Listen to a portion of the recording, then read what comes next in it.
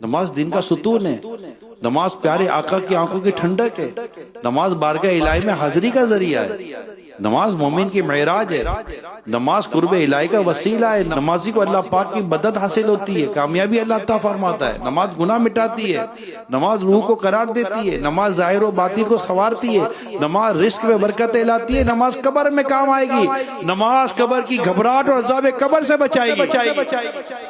نماز اتنی اہم اور اتنی عمدہ عبادت ہے، اگر کوئی یہ کہتا وہ سنائی دے آپ کو، سنیے گا یار کوئی بڑے گناہ تو میں کرتا نہیں، پتہ نہیں کون سے بڑے گناہ ایسے ہم نے کیے، اور حال اس کا یہ کہ نماز نہیں پڑھتا۔ نماز نہ پڑھ کر تو کہتا ہے کہ نہ جانے بدک میں کو بڑے گناہ تو کیے نہیں، ارے تو نماز نہیں پڑھتا، گناہ عظیم ہے۔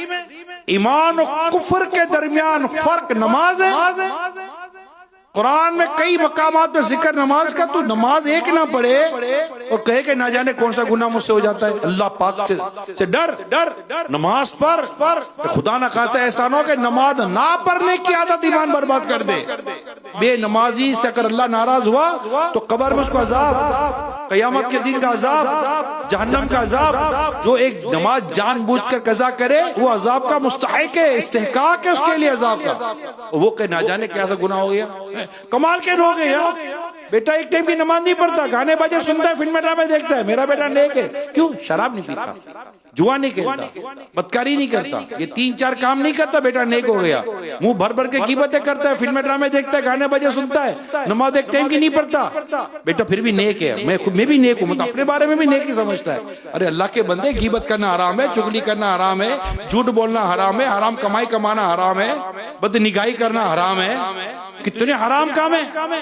نماز جان بوجھ کے قضا کرنا، اور پھر اس کو پوچھو کہ رمضان کے روزے رکھے کتنا عرصہ ہوا، زندگی گزر کے رمضان کے روزے نہیں رکھے، مگر نیک آدمی ہے، بولنا کچھ بھی نہیں اس کو۔ رمضان کا فرض روزہ فرض ہونے کے باوجود بلا اجازت شرعی قضا کر رہا ہے، مگر بولنا کچھ بھی نہیں ہے، آپ نیک آدمی ہے، اچھا آدمی ہے۔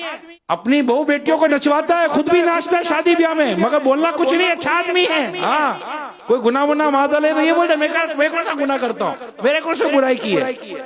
ارے برائیوں کا پورا گھر بنا ہوا ہے، داڑھی منڈاتا ہے، ایک مٹھی سے گھٹاتا ہے، آقا کی سنتوں کو نالی میں بہاتا ہے، وہ بولتا ہے مجھ سے کون سا گناہ ہو گیا؟ عشق رسول کا دعویٰ کرتا ہے، تیرے چہرے پر ایک مٹھی داڑھی نہیں رہتی؟ کیا قرآن و حدیث میں کوئی نماز قضا کرنے کو گناہ نہیں کہا گیا؟ کیا فرض روزہ جان بوجھ کے قضا کرنے کو گناہ نہیں کہا گیا؟ زکوٰۃ فرض ہونے کے باوجود زکوٰۃ ادا نہ کرنے گناہ نہیں کہا گیا؟ اللہ مجھے بھی گناہوں سے بچائے، اللہ آپ کو بھی گناہوں سے بچائے، مگر میں ان لوگوں کو ہوش کے ناخن لینے کے لیے دعوت فکر دے رہا ہوں کہ جو اتنے گناہ کرنے کے باوجود بھی خود کو گناہ گار نہ سمجھے، درلے سے نماز نہ پڑھے اور سمجھے کہ میں نیک آدمی ہوں اور میں گناہ گار نہیں ہوں۔